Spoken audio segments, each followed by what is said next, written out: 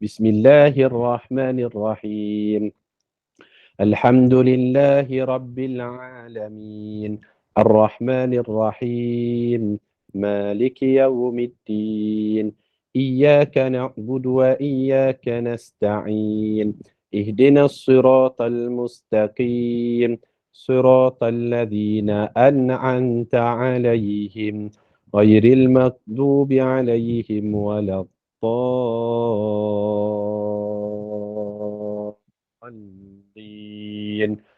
Amin.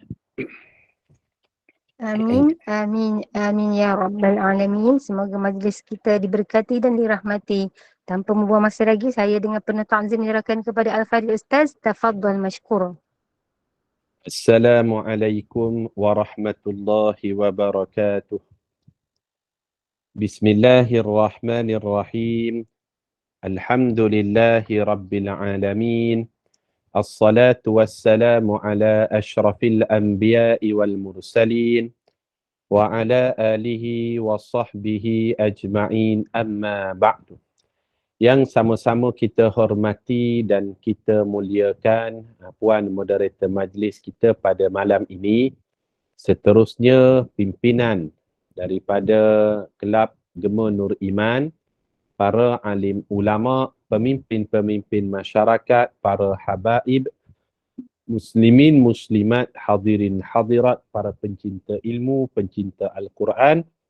InsyaAllah kita semua termasuk dalam kalangan hamba-hamba Allah yang dimuliakan di sisinya pada malam ini. Amin. Ya Rabbal Alamin.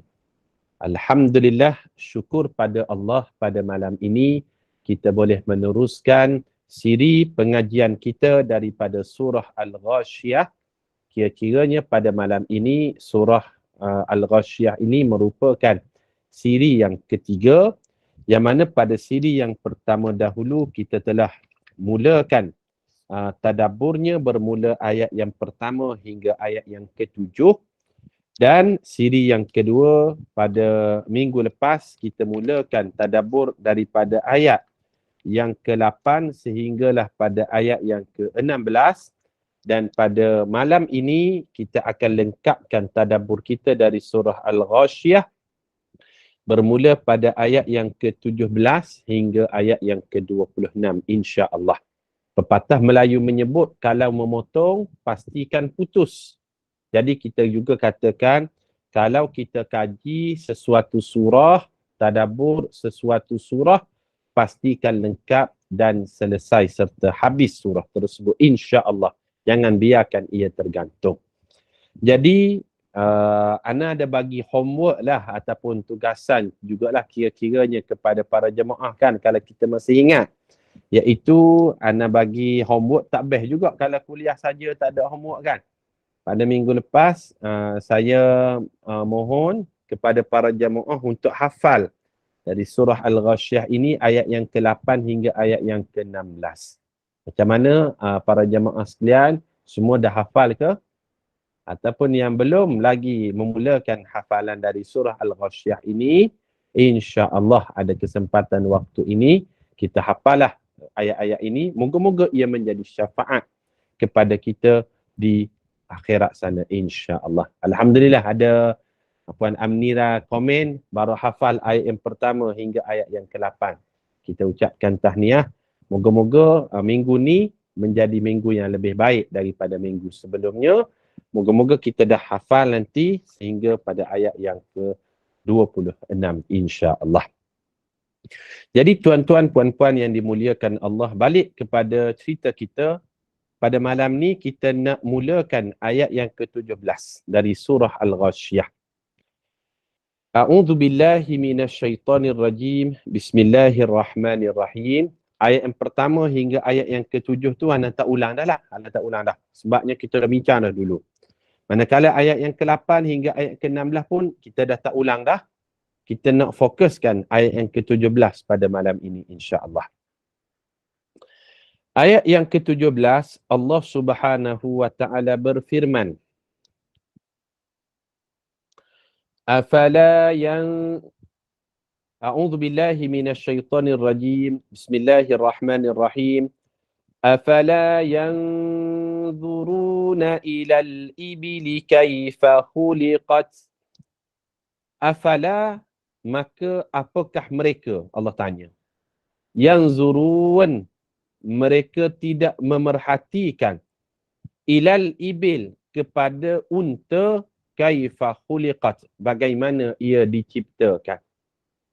Tuan-tuan, puan-puan, para jamaah yang dimuliakan Allah, dulu saya pernah ceritakan Nabi SAW dia sangat gemar untuk membaca surah Al-Ghasyiyah ini dalam solat Jumaat dan solat hari raya. Betul tak? Kita pernah ingat benda tu. Rasulullah SAW kalau dalam solat hari raya Idul Fitri ke hari raya Idul Adha, pada rakaat kedua Rasulullah SAW akan bacakan surah Al-Ghasyiyah. Dan pada zaman baginda, solat hari raya bukan dibuat di kawasan masjid tertutup macam tu, bukan. Tetapi kalau dari Masjid An-Nabawi tu dia ada satu tanah yang lapang di depan tu, dan tempat yang lapang itulah akan didirikan solat hari raya Idul Adha. Maknanya di luar daripada kawasan utama masjid. Sebab apa? Sebab salah satunya supaya sahabat yang solat hari raya bersama dengan Nabi SAW dia dapat mentadabbur satu persatu ayat Al-Quran, terutamanya dalam surah Al-Ghasyiyah ini. Contohkan pada ayat yang ke-17. Apabila Rasulullah SAW jadi imam, kan contoh, dia bacalah surah Al-Ghasyiyah ayat yang ke-17. Afala yanzuruna ilal ibili kaifa khuliqat. Maka apakah mereka tidak memerhatikan bagaimana unta diciptakan? Tuan-tuan, para sahabat datang solat hari raya tu, unta tu dia parking berdekatan dengan kawasan Masjid Nabawi tersebut.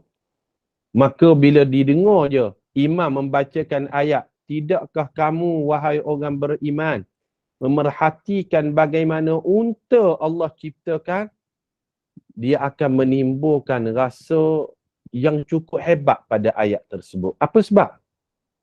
Unta satu ciptaan Allah yang maha hebat. Maknanya kalau unta ciptaan yang hebat, pastinya pencipta unta jauh lebih hebat, tuan-tuan. Sebab apa? Unta ni ciptaan Allah yang maha hebat. Sebab itu banyak di dalam ayat Al-Quran, Allah perumpamakan contoh-contoh ni dengan unta. Yang pertama kan, unta ni ciptaan yang hebat. Yang pertamanya, Allah jadikan di bulu mata unta tu, dia ada bulu mata yang tebal. Bila dia berjalan di padang pasir pun, habuk pasir tu tidak masuk ke dalam mata dia. Sebab apa? Bulu mata unta tu dia bertindak sebagai wiper kepada unta.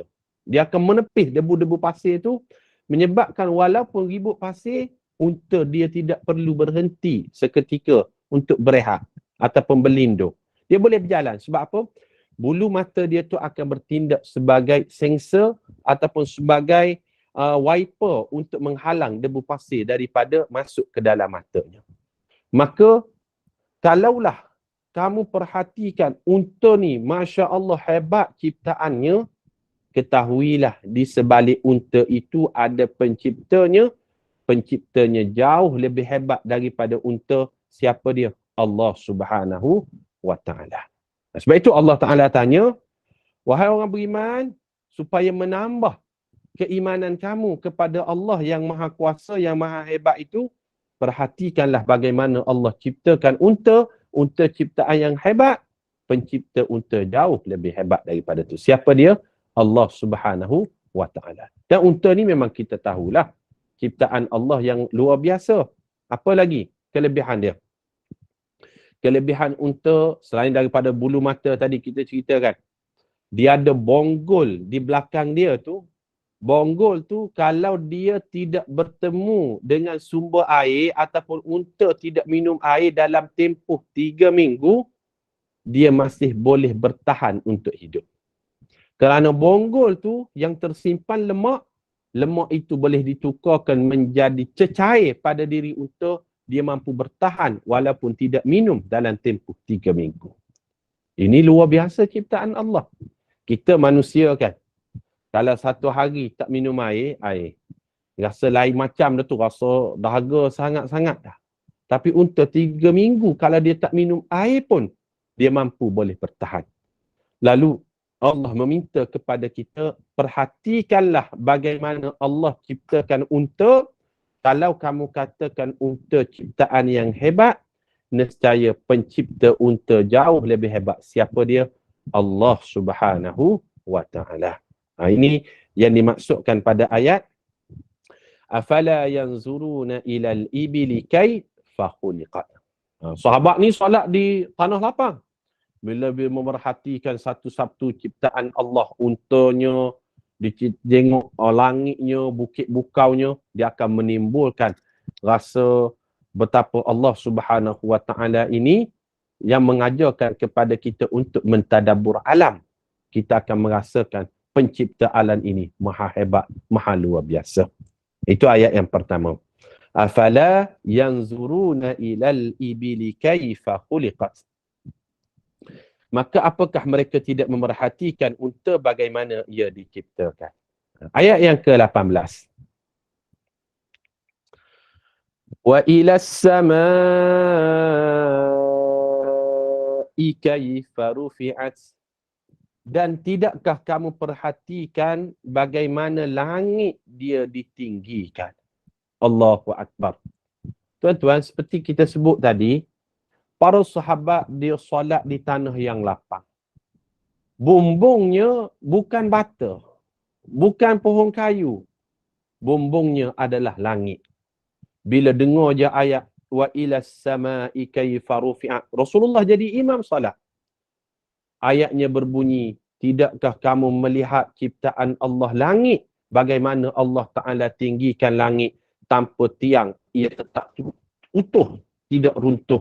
Maka ia menambahkan keimanan kita, kalaulah langit ini ciptaan yang hebat, pastinya Allah itu maha hebat lebih daripada itu lagi. Sebab apa? Allah yang ciptakan langit.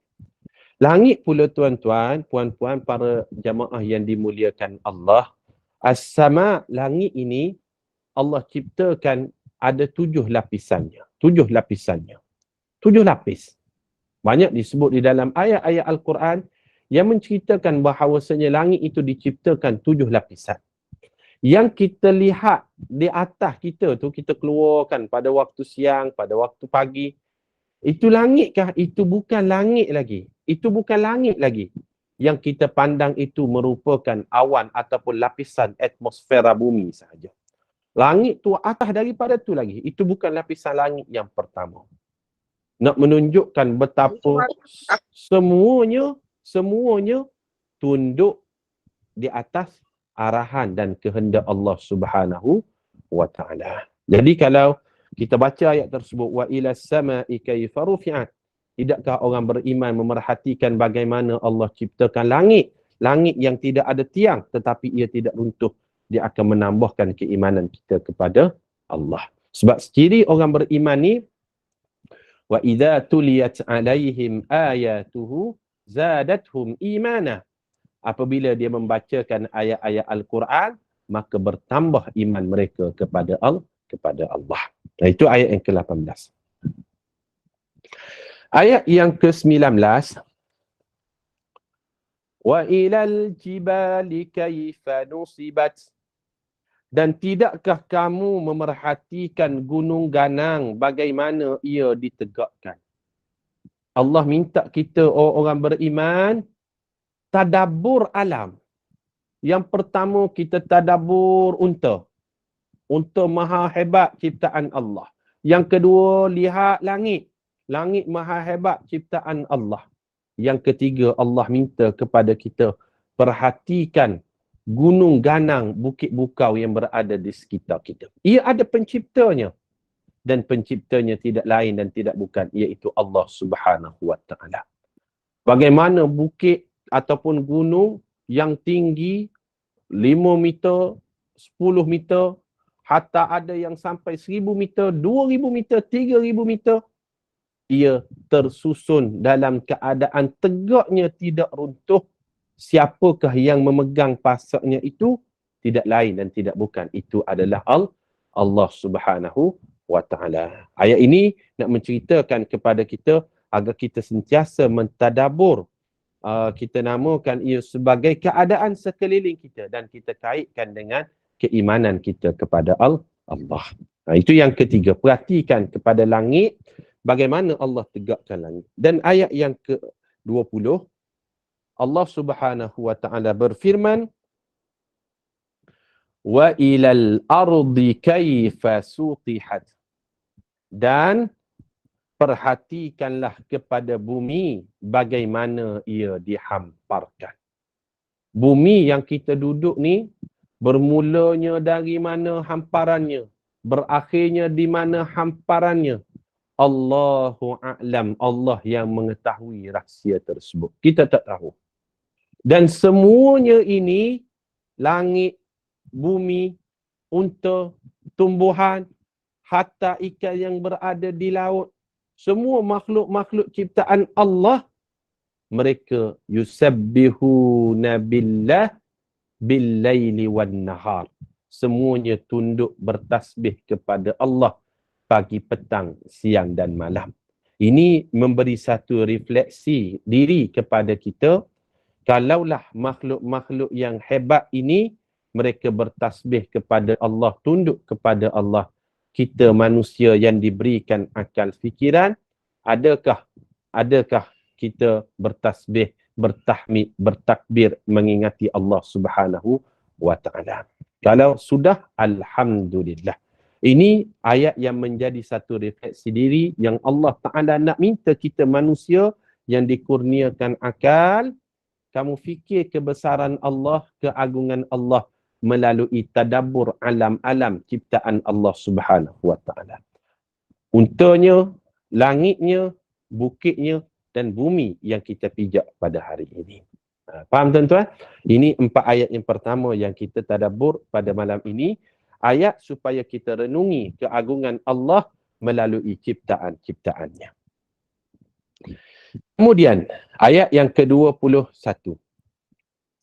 Allah Subhanahu wa ta'ala berfirman, "Fadzakkir innama anta mudzakkir." Fadzakkir, maka berilah peringatan wahai Muhammad. Ataupun Rasulullah sallallahu alaihi wasallam telah meninggal dunia, telah wafat. Maka berilah peringatan wahai orang beriman. Allah Ta'ala perintah kepada saya dan kita semua yang beriman, ingatkan kepada orang lain tentang keimanan kepada Allah. Tentang apa? Tentang supaya melakukan kebaikan kepada Allah. Fadzakir, berilah peringatan. Walau satu ayat sekalipun, sampaikanlah peringatan. Sama ada dalam bentuk bagai-bagai. Sesiapa yang boleh berkuliah, silakan. Boleh bertazkirah, silakan. Kalau kita tidak mampu, kita sediakan platform. Platform apa dia? Supaya orang menyertai kuliah-kuliah kita. Melalui, boleh jadi GNI, contohnya Gemur Nur Iman dan sebagainya. Itu salah satu daripada kita melaksanakan perintah Allah. Fadzakir. Berilah peringatan. Supaya orang beringat bahawa satu hari nanti kita semua akan bertemu dengan Allah. Fadzakir, kata Allah. Berilah peringatan. Apa sebab? Innama anta mudzakkir. Innama, kerana sesungguhnya kamu, wahai Muhammad. Kalau Rasulullah sallallahu alaihi wasallam telah meninggal dunia, pengajaran ataupun ibrah ayat ini kepada kita, orang beriman. Berilah pengajaran, berilah peringatan, wahai orang beriman, innama anta mudzakkir. Sesungguhnya kamu itu adalah mudzakkir, iaitu orang yang memberi peringatan. Tuan-tuan, kalau kita tengok salah satu daripada nama Nabi sallallahu alaihi wasallam, nama Rasulullah ni banyak. Salah satu nama baginda, kalau boleh kita garis bawahkan perkataan mudzakkir. Muzakkir itu maksudnya orang yang sentiasa memberi peringatan pada jalan Allah. Itu salah satu daripada nama baginda. Contoh kan, kalau kita nak namakan anak-anak kita ataupun cucu-cucu kita yang baru lahir dan sebagainya, kita nak fikir apa nak letak dengan nama anak aku lelaki ni contoh, ataupun cucu aku yang lelaki ni nak bermula dengan huruf M. Salah satu nama yang baik, nama-nama bagi Rasulullah salah satunya adalah Muzakkir. Muzakkir. Muzakkir itu salah satu nama baginda. Nama baginda ni banyak. Dia disebut sebagai Muhammad, Ahmad, Abu Qasim. Dia disebut Al-Amin gelaran dia. Dia disebut dengan nama Yasin. Rasulullah tu salah satu namanya Yasin. Dia juga dipanggil dengan gelaran Toha. Sebab itu kan bila kita selawat, Salatullah, Salamullah, ala Toha Rasulillah. Salatullah, Salamullah, ala Yasin Habibillah. Toha, Yasin, itu nama baginda. Dan salah satu nama baginda yang kita jumpa pada malam ini, pada ayat yang ke-21, namanya Muzakkir. Apa maksud Muzakkir? Kita tulis maknanya orang yang memberi peringatan pada jalan Allah. Muzakkir. Jadi Allah minta kepada kita orang beriman, sentiasalah ingat mengingati. Kalau saya lupa, saya silap, saya terkhilaf, para jemaah yang 53 orang inilah akan mengingatkan saya satu hari nanti. Sebab kita bacakan dalam surah Al-Asr, wal 'asr innal insana lafi khusr illa alladhina amanu wa 'amilus solihat wa tawasaw bil haqqi wa tawasaw bis sabri. Berpesan-pesanlah pada jalan kebenaran dan berpesan-pesanlah pada jalan kesabaran. Saat kita terkhilaf, akan ada muzakkir yang mengingatkan. Saat kita hilang sabar, maka akan ada muzakkir yang memberi peringatan tentang sabar. Maka ayat ini Allah Subhanahu wa taala menceritakan orang beriman ini semuanya adalah muzakkir. Kemudian ayat yang ke-22, lasta alaihim bimusaitir. Lasta, kamu wahai orang beriman, alaihim, ke atas mereka itu, bimusaitir, tidak berkuasa. Kamu telah buat kelas, kamu telah buat syarahan, kamu telah berdakwah, kamu telah ajak orang, kita telah tarbiyah bagai-bagai. Tetapi kalau orang tak nak dengar juga, orang tak nak ikut juga, orang tak nak follow juga, maka apa boleh buat? Kerana hidayah itu milik Allah Subhanahu wa taala, dia belum mendapat cahaya petunjuk dari Allah Subhanahu wa taala. Yang penting Allah nak minta kita sampaikan. Kita sampaikan, kita berdakwah, kita nyatakan sajalah. Orang nak follow, tak nak follow dan sebagainya, itu lain cerita. Tetapi kita sampaikan apa yang dituntut kepada kita untuk sampaikan tadi. Sebab itu kalau kita tengok, ada para nabi,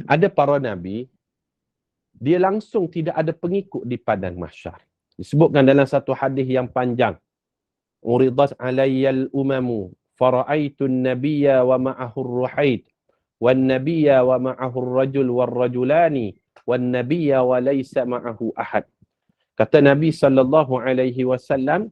aku tengok suasana di padang mahsyar, aku dipertontonkan oleh Allah suasana umat manusia di padang mahsyar. Ada Nabi kurang daripada 10 orang pengikut. Ada Nabi hanya 2 orang pengikut. Ada Nabi hanya ada seorang pengikut. Dan ada Nabi langsung tidak ada pengikut. Kalaulah mulianya seseorang Nabi ataupun Rasul berdasarkan jumlah pengikut dia, nescaya akan ada Nabi dan Rasul yang tidak mulia di sisi Allah. Tetapi bukan begitu ukurannya. Yang Allah Ta'ala nak tengok usaha kita, ikhtiar kita, mengajak orang dalam melakukan kebaikan. Berapa hasil dia, apakah kesannya, itu tak dipandang oleh Allah. Tetapi Allah Ta'ala nak tengok apakah sumbangan yang telah kita berikan kepada agama ini. Paling kurang tuan-tuan, kita kalau kita tak mampu kan nak buat itu, ini dan sebagainya, link-link kuliah ni kita share contohnya. Masuk dalam grup sebagai tazkirah.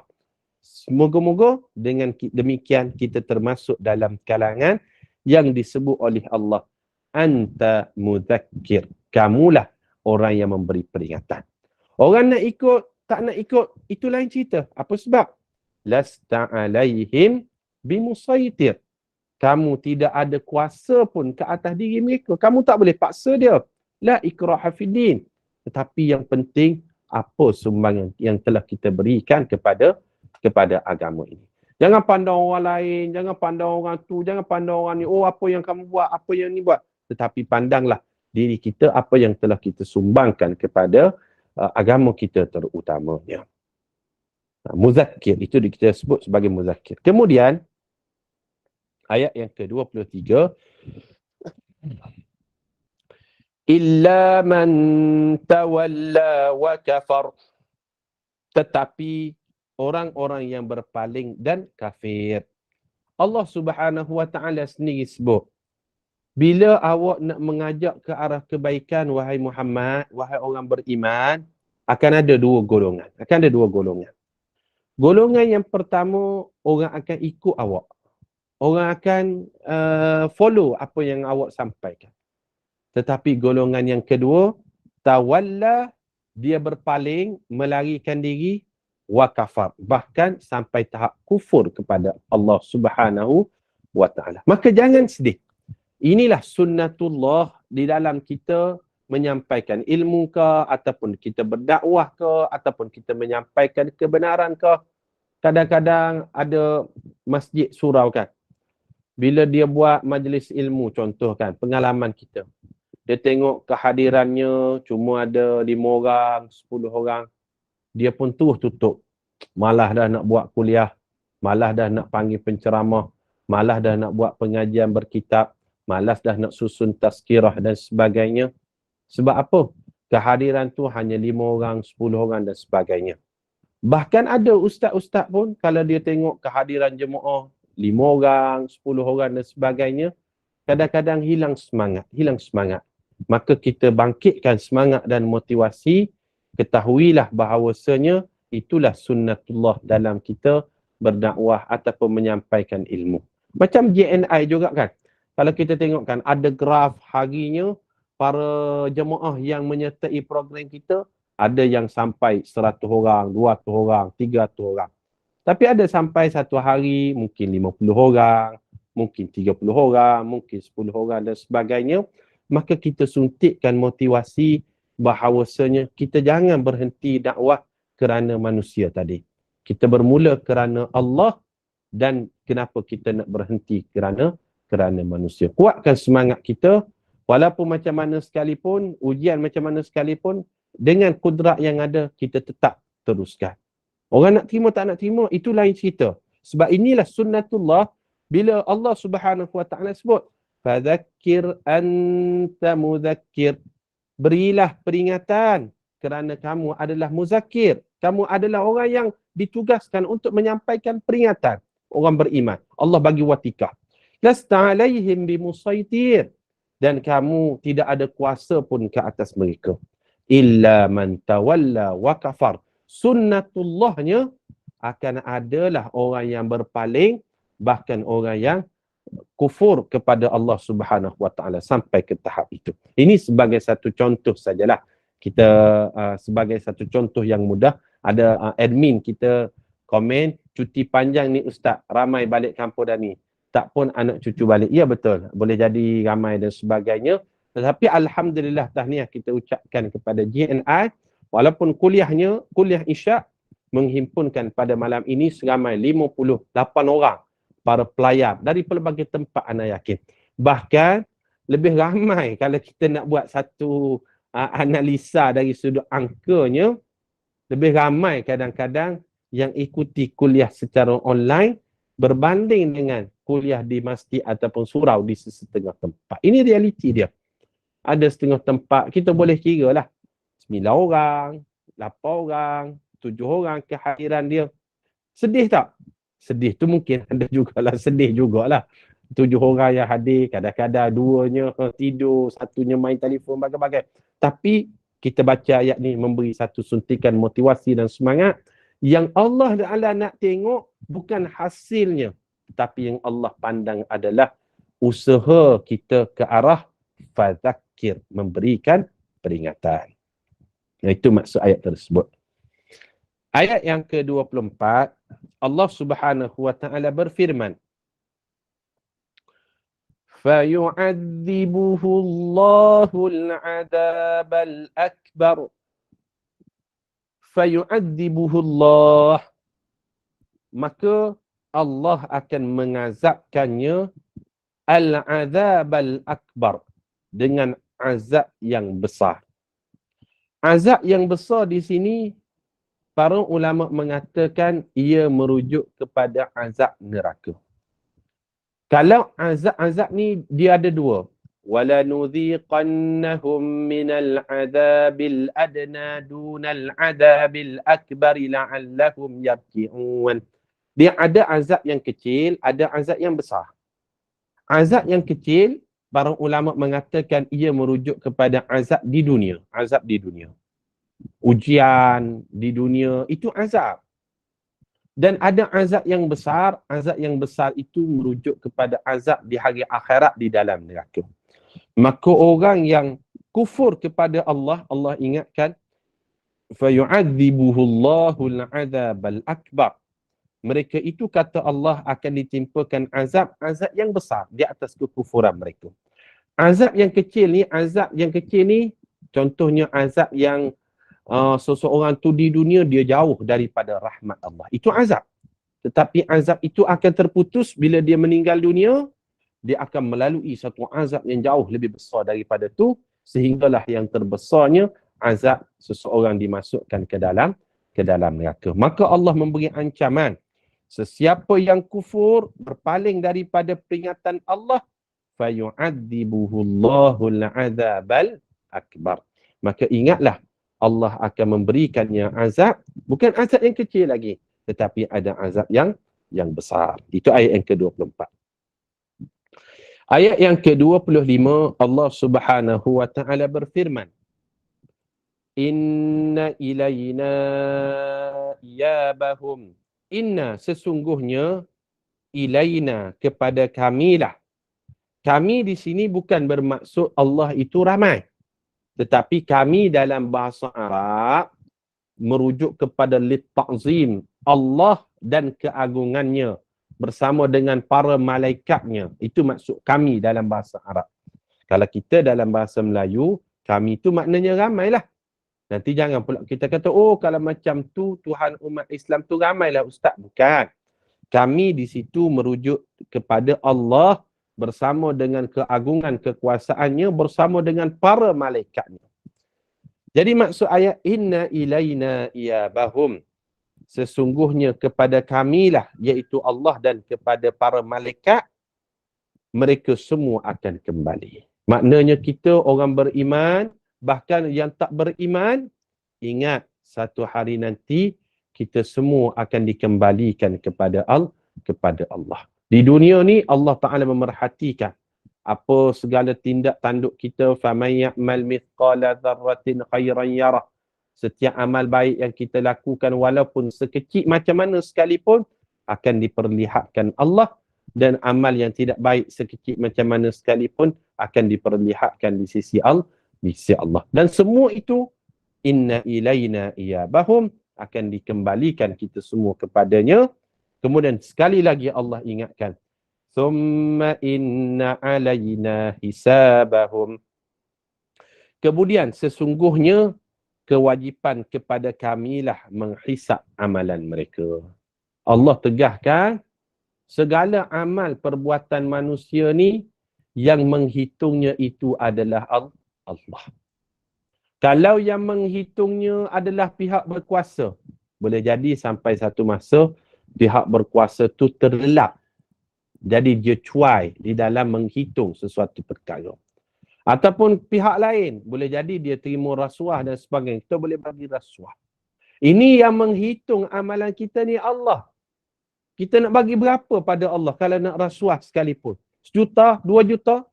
Allah Subhanahu wa taala Maha Kaya. Maka Allah tegaskan yang menghitung amalan manusia tu aku, kata Allah. Aku dan para malaikatku.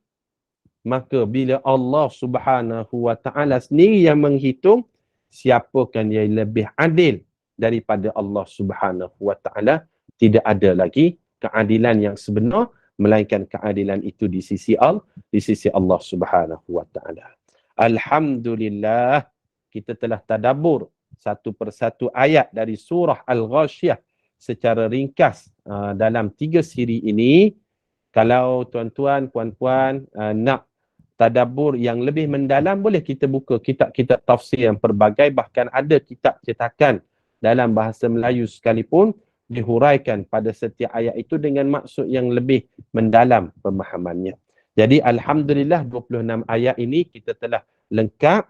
Jadi saya ada tugasan lah, homework kepada para jemaah.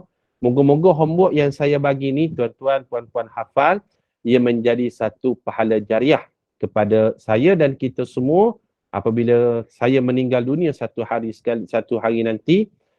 Berkat tuan-tuan hafal surah Al-Ghasyiyah ini, ia menjadi pahala jariah kepada saya terutamanya saat berada dalam kubur kelak. Jadi saya mohon tuan-tuan, puan-puan, para jamaah yang berkeupayaan dan berkemampuan, ayuhlah sama-sama kita menghafal 26 ayat daripada surah Al-Ghasyiyah yang telah sama-sama kita tadaburkan dalam siri-siri pengajian tafsir kita, insya-Allah. Jadi saya rasa sekadar itu saja pada malam ni. Ada kesempatan lain, kita akan tengok surah-surah yang lain untuk sama-sama kita hayati makna dan penafsirannya. Allahu a'lam, saya serahkan kembali majlis kepada puan moderator. Persilakan. Alhamdulillah. Alhamdulillah, jazakumullah khairan katsira Ustaz. Ustaz, nak buka soalan ke? Boleh, Ada boleh. yang Boleh, tanya? kalau ada nak tanya silakan. Silakan, aku ada jemaah yang ada kemusykilan ke, silakan.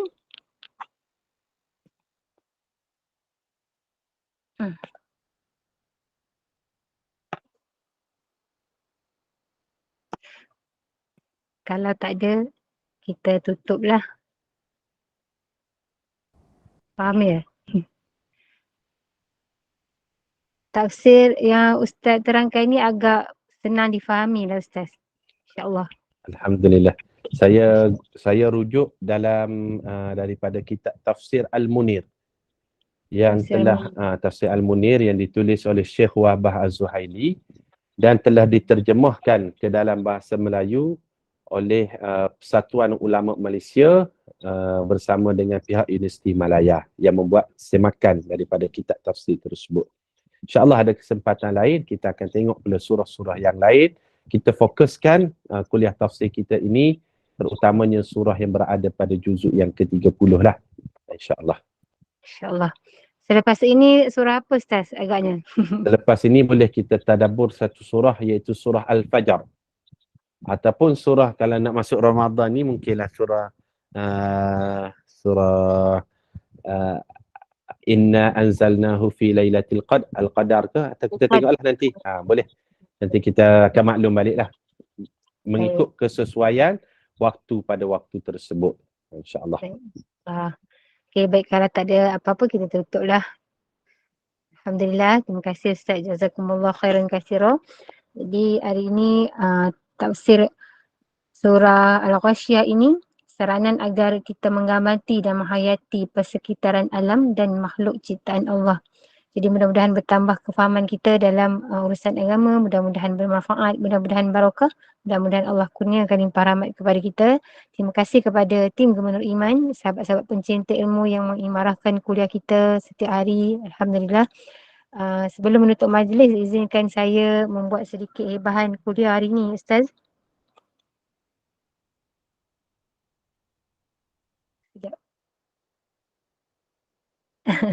Pada pukul 6.45 pagi, kuliah subuh bersama dengan Al-Fadil. Ustaz, sekejap ya Ustaz, dah hilang pula. Mohon maaf. Okey.